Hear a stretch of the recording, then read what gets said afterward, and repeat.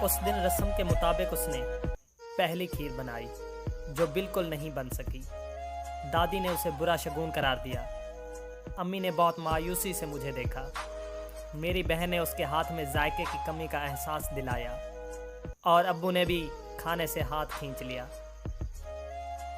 میں نے اس کی طرف دیکھا، اس کی آنکھوں کے کنارے بھیگ چکے تھے۔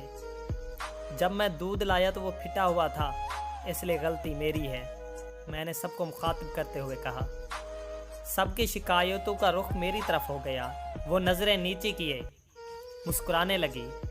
اس کے انداز میں تشکر تھا اور میں نے سوچا اس گھر میں چھوٹی یا بڑی بات پر کوئی اس کا ساتھ دے یا نہ دے، میں ہمیشہ اس کا ساتھ دوں گا۔ کھیر جیسی بنی ہو میں اس کا ساتھ دوں گا۔ آج وہ سارے خاندان میں سب سے اچھی کھیر بناتی ہے۔